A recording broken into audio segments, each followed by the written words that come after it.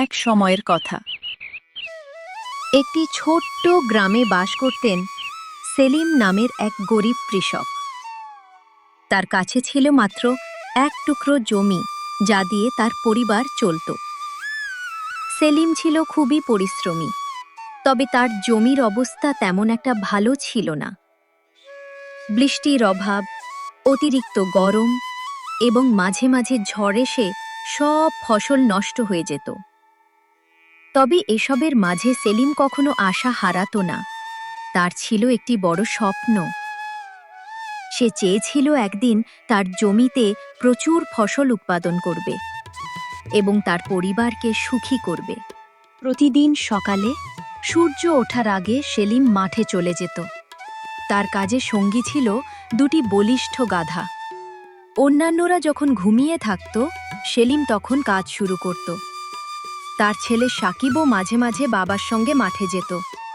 সেলিম তাকে ক্ষেতের কাজ শেখাত, যাতে সে বড় হয়ে কৃষিকাজে দক্ষ হয়ে ওঠে।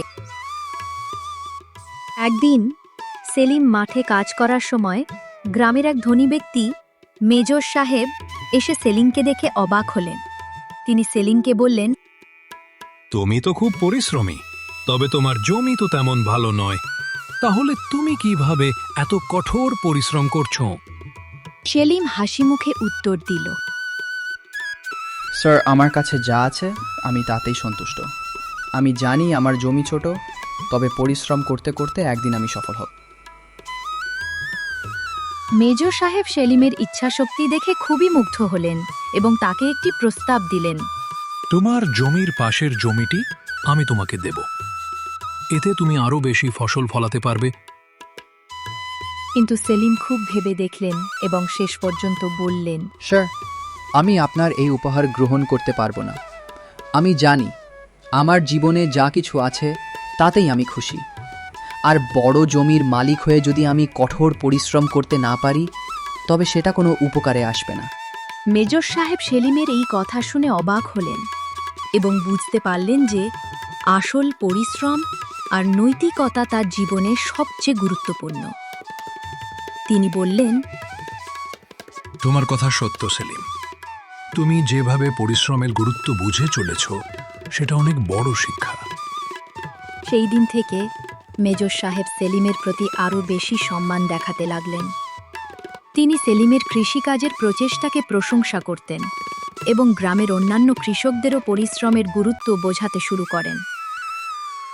একসময় সেলিমের পরিশ্রম আর নিষ্ঠার ফলে তার জমি আরও উর্বর হতে শুরু করল। সে তার ছোট জমি দিয়েই প্রচুর ফসল উৎপাদন করতে সক্ষম হল। তার পরিবার আর্থিকভাবে উন্নতি লাভ করল। তবে সেলিম কখনো তার সাফল্যে অহংকার করেনি। একদিন সেলিম তার ছেলে সাকিবকে ডেকে বলল, জীবনে কখনো কিছু হারাবে না। পরিশ্রম, সততা আর একাগ্রতা আমাদের সবচেয়ে বড় শক্তি।